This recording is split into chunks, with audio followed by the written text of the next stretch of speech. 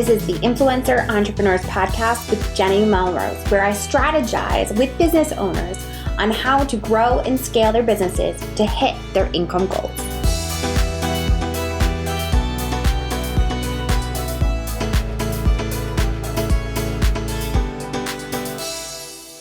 This is episode 411 of the Influencer Entrepreneurs Podcast with Jenny Melrose. Today, we're going to be talking about how to create a blog schedule to get more done with Lucy Reyes.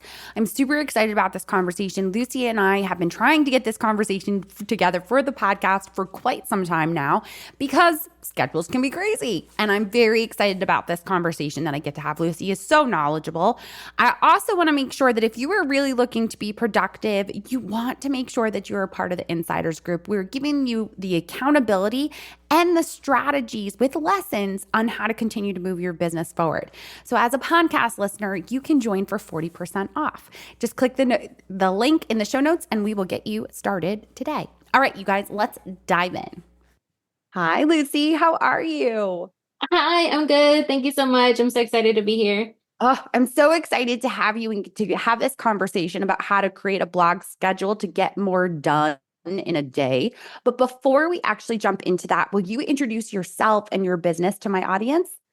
Yes, of course. Hi, everyone. I am Lucy Reyes. I'm a productivity strategist and Trello specialist, and I love helping content creators and digital product creators, yes, bloggers, that includes you, to maximize your efficiency and increase your profits without doing more. I often say that productivity and Trello is my superpower. So that is exactly how it can help you. I have the Cheerful Productive Chats podcast where you can also learn more how to get more productive in your blogging business. Yes. And I love it because you are also a mom of an itty bitty. Don't you have a little teeny tiny one, I feel like, or may not be that little anymore? Not anymore. I have two. I have one who's turning 11 and one who is turning 3. Okay. So you do have an itty bitty though, like a toddler stage where there are a lot of work, a lot of energy, and you have to be as productive as possible with the little amount of time that you have that's free. So I just always think that that's such good information for people to know your background to personal life a little bit, because it kind of lets them know that it can be done. So let's start with, why should bloggers schedule their week? Oh, because you have so much going on as a blogger. So a little fun fact is I actually started in the online space as a blogger myself. And so that is how I know all about like how much we have to do as bloggers. And when I first started, I had no idea. I was still working my corporate job and I had no idea how much work was going to be involved. I thought, oh, I can write articles and publish them and that's it. Yay, I can make money. That's so easy, right? And then you get in and little by little, you start to see that, whoa. You mean to tell me I don't just put it and they come? Like I have to market, I have to get what? Pinterest, Instagram? Like there's all of these things that you have to do. And it's just a lot. So you have to create some sort of schedule so that you can stay on top of it, because I've heard it so many times, like you need to make money from your blog. Otherwise it's just a hobby, right? And if you're here listening to the podcast, then you're trying to make money from it. So why not make it easier for yourself to do that? Yes, the bloggers wear so many hats. And I think we often feel like no one understands that. So I'm so glad that you said that, because you're wearing a marketing hat, then you're doing the content writing, then you're a photographer, then you're dealing with sponsors, or you're creating your own products, and you have to understand how to do your email marketing and the social media that goes behind it. It's a lot. So I love that you made sure we called that right out right away. So how do you determine what to schedule for a blog first? Because there are so many different hats that we're wearing. So how do we prioritize which thing? Yes, I love that question, because I think that we try to change what we do first so many different times, but really you can create a system, you can create a workflow which lists out your step-by-step process of what you need to do with your blogging process, and just follow that every single time. You don't have to decide every blog post, should I start with the keyword research or should I create the title first? Like, should I do, like, you don't need to make those deciding factors every single time. You can start with a blog post workflow, make some time to create that. And just in case you don't know what a workflow is, A workflow is pretty much a breakdown of steps for the process that you're working on. So in this case, it would be to write a blog post. So create your list of steps, put them in the order that you want to work on them in. And then every time you're about to write a blog post, reference that, because then you don't have to figure out what you need to work on first. You've already decided that long ago. Yes. And I love that you say that it doesn't have to be the same first step every single time or for every single person, right? Because I know for myself, the way that I do it now is very different than I did it 5 years ago. I've found that it's more effective, especially using AI to help with things now. It can be more effective for me to go in and get a meta description before I start to try to record a podcast episode because it already gives me a quick summary. I can make it work for my voice and the content that I'm going to create. So I love, love, love that you said that. What is your advice for bloggers that are working part-time because of a full-time job or due to younger kiddos being home? Oh, that to create systems, to create a flex. So one thing I would say is to keep it flexible. And that is one reason why I like systems. Like one of the biggest myths that I hear about systems is that they're inflexible, that they're too rigid, when it's the opposite. You just said it yourself, Jenny, where it doesn't have to be the same first step for everybody. It's just your first step. They are so customizable to your business, your brain, how you want to do things, how much time you have. Some people might be able to knock out a blog post in a day. For others, it might take them 2 to 3 days. And one day you might be able to work on it for 2 hours, and another day is 30 minutes. And you can create your process in a way that allows you to break it down however you need to. Whenever my daughter was here with me during the day, she was itty bitty. That's probably where you remember her being itty bitty from, Yes. is you have that limited time. And so you have to know how much time do you realistically have. I know one thing that I see happen all of the time is we are so ambitious and we love to add on and think that we can handle it all, right? And so you just add all of these tasks to your list. You think, oh, I'm going to write a blog post and I'm going to get it done this week. But really, you only have 30 minutes a day to work on it, and it takes you, let's say, 6 hours to get it done. Well, where are you getting that extra time from? So one, it's important to know how long it takes you to complete certain tasks. So you can do some time tracking. If you use Trello, there are some power up tools, some free power up tools to help you track how long it takes you to complete certain tasks. There's also other off Trello apps like Toggle, or just a pen and paper. Like, how long does it take you to do keyword research? How long does it take you to write your blog post? Knowing that information helps you better plan and schedule the tasks that you're going to be working on. And because you have your littles, you kind of know which ones are focus and non-focus work. So that's another one, is which ones do you need to have pure focus? Maybe you do those after they go to bed or during their nap time. And where maybe keyword research, you can kind of do it here and there, right? It might take you longer, but that's not something that involves focus work. So that's another thing that you can do. And then just really, really relying on your systems to help you keep track of everything that you have going on and where you are in the process. Yes. I often, even though I don't have littles home anymore now because they're school age, for me, in the beginning of the week is when I'm most productive. My brain is there. I'm ready to go. I'm not exhausted yet from the week. I also find that first thing in the morning works really well for me to do that heavy creative thinking. Whereas in the afternoons is more where I'm going to do maybe the quick emails that I need to get sent out or making sure that all the photos are ready to go within content. So I think that even if you don't have little ones home, taking this information and applying it to your schedule, I think is going to be key. Now, Lucy, you mentioned Trello, and I didn't even know it had that feature. How else are you using Trello to help you organize your day to be more productive? So I use different Trello boards for different processes. So I know one thing that I've seen a lot of my clients and my members do is they try to put everything into one Trello board. Or if you don't use Trello, then this is, one Asana workspace or one Airtable workspace, whatever terminology, whatever tool you're using, but they try to cram it all into this one, versus I've found that if you create different boards or spaces or workspaces for the different parts of the business, it's easier to get more detailed with what you're doing. So I have one for the blogging. So I have my blog post workflow. And part of that is, creating pins for Pinterest. But Pinterest has its own process, right? You have to create the pins and you still have to do keyword research for Pinterest.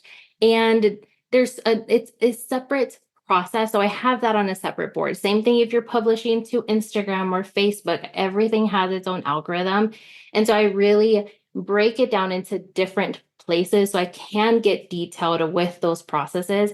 And that really helps me stay organized with getting the tasks done because you know where everything is, you know how detailed like you have everything detailed out so specifically that you don't forget what you had to do. Like, I don't know how many times you might be working on something, you're like, oh, I forgot to add that meta description, right? And then you go back and you have to do it because you're like, it's so tiny. It's such a tiny step, but it's so forgettable too because it is so tiny.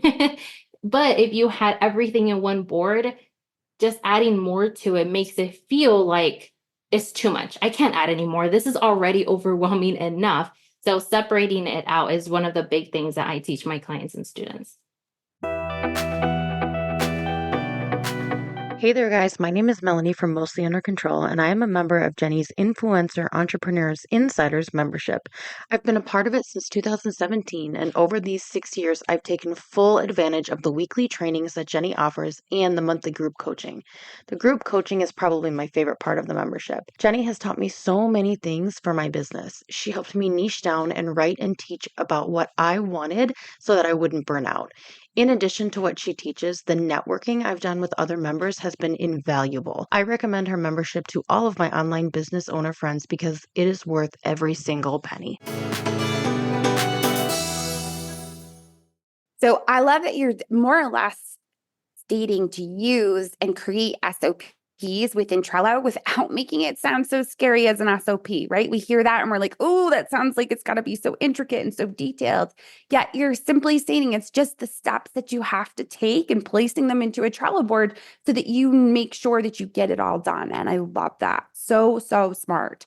Now, how do we know if we're getting enough done in a day for our blog? I think that's one of the questions I get asked. Like, we end up feeling like we have so much on our laundry list of things to do. How do we actually know if we're being successful?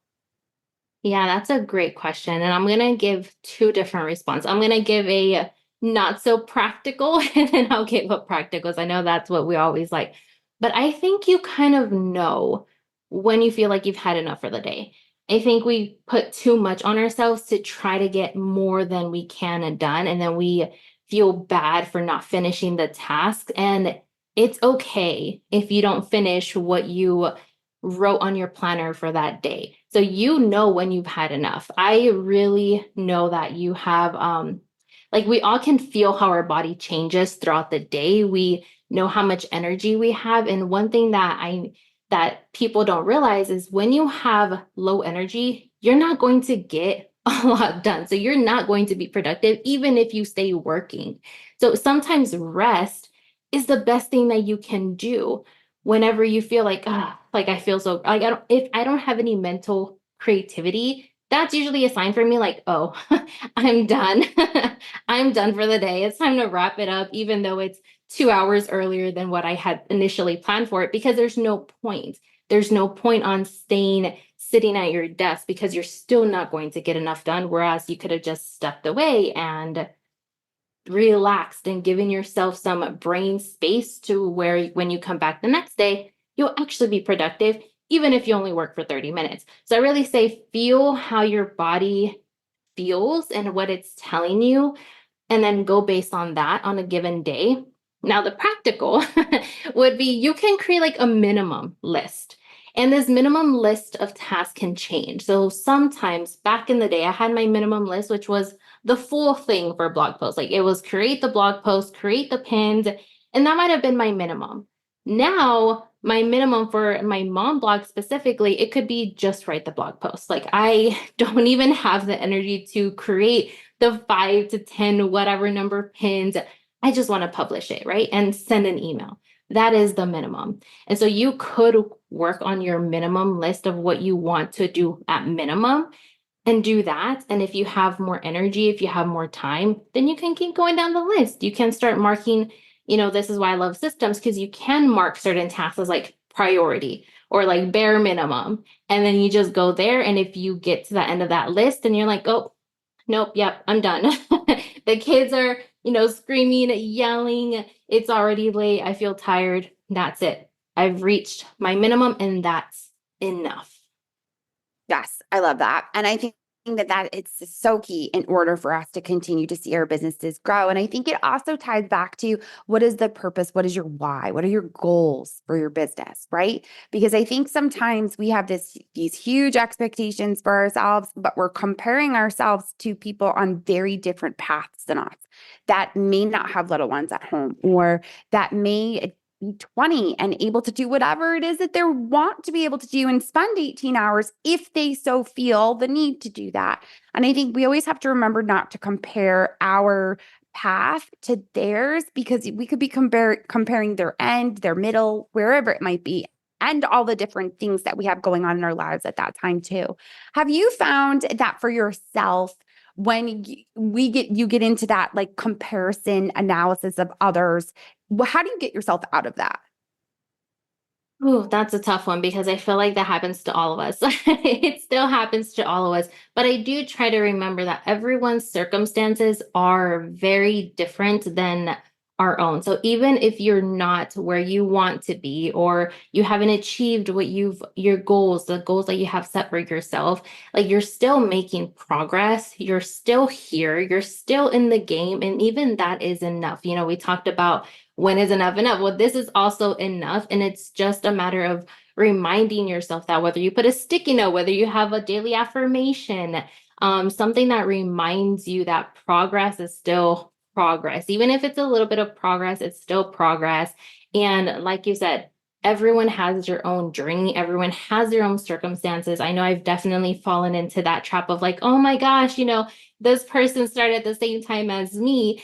And I'm not near where they are. And then you take a moment, if you really, really want to assess, like I sometimes do, it's like, okay, let's see what do we know on the surface level? Well, on the surface level, this person may not have kids, may not have a partner. Maybe they're, nomad, like there's difference. And that's just the surface. You don't even know what's going behind the scenes. So if you really want to assess, then go ahead, look at the surface to convince yourself or remind yourself of like, oh yeah, like I have this stuff going on, but I would still recommend not to do that all the time. It's just like, if you really are in that moment, then find reasons of why that could be the case. And then just know that there's still more to it in the background. Finances, do they have a job outside of the home? There's so much that it could be. So yeah, it's really just not worth staying in those feels. Yes, because it's where you end up spiraling, right? So I think when we bring it back to the systems, having systems in place for yourself to get your things done every day, to get to a blog schedule that works for you, is going to be so key. So you have a blueprint to a highly efficient online business. Can you describe it and tell us what we can expect to learn from this? Yeah, so it's a free private podcast. If you love podcasts, I personally love podcasts. I love listening on the go because, as a busy parent, that's when I'm listening to podcasts, when I'm washing dishes or doing laundry. So if that's you too, then you'll love this one. In this series, I talk about how productivity actually impacts your profitability, which is something that I don't think many people actually realize, that being productive actually can impact the amount of revenue that you're making in your business. And being productive doesn't mean what you might think it means. I also talk about my bigger organization strategy. So we talked a little bit about systems, the individual systems, but I go more in detail on how you can keep it all organized, because as you create more systems, then that's where the messiness can also come in. So I share my minimum 4 bucket system in there. And that is where you can find also what the 2 biggest mistakes I see are when people create their systems. So if you're like, yes, I want to create systems, I want to create this blog post workflow, let's take a step back and make sure that you don't make these 2 mistakes that we typically see whenever someone starts creating systems. Excellent. Lucy, I'm going to make sure that Those that are listening, if you want that sent directly to your DMs on Instagram, you can send me a message at Jenny_Melrose, and I will make sure that gets DM'd directly to you. Otherwise, you can always hop over to the show notes and it will be linked there. Lucy, I appreciate you so much for taking the time to speak with me and my audience. I truly appreciate you. Thank you so much, Jenny, for having me. Of course. All right. Well, there you have it. I love Lucy. She just delivers so much great value in a way that is just so personal and easy to talk to her. So I want to make sure that you go and grab her blueprint to a highly efficient online business. It is a private podcast so that you can continue to learn all of the ways to be more productive in your business. As always, I appreciate you all so much for listening in. If you haven't already left a rating and review, I would so appreciate it if you took the time to do so. Just scroll down in your podcasting app, leave a quick rating, and then a couple sentence review. Just let me know what your biggest takeaway was from this episode. All right, y'all, until next time, I will see you all then.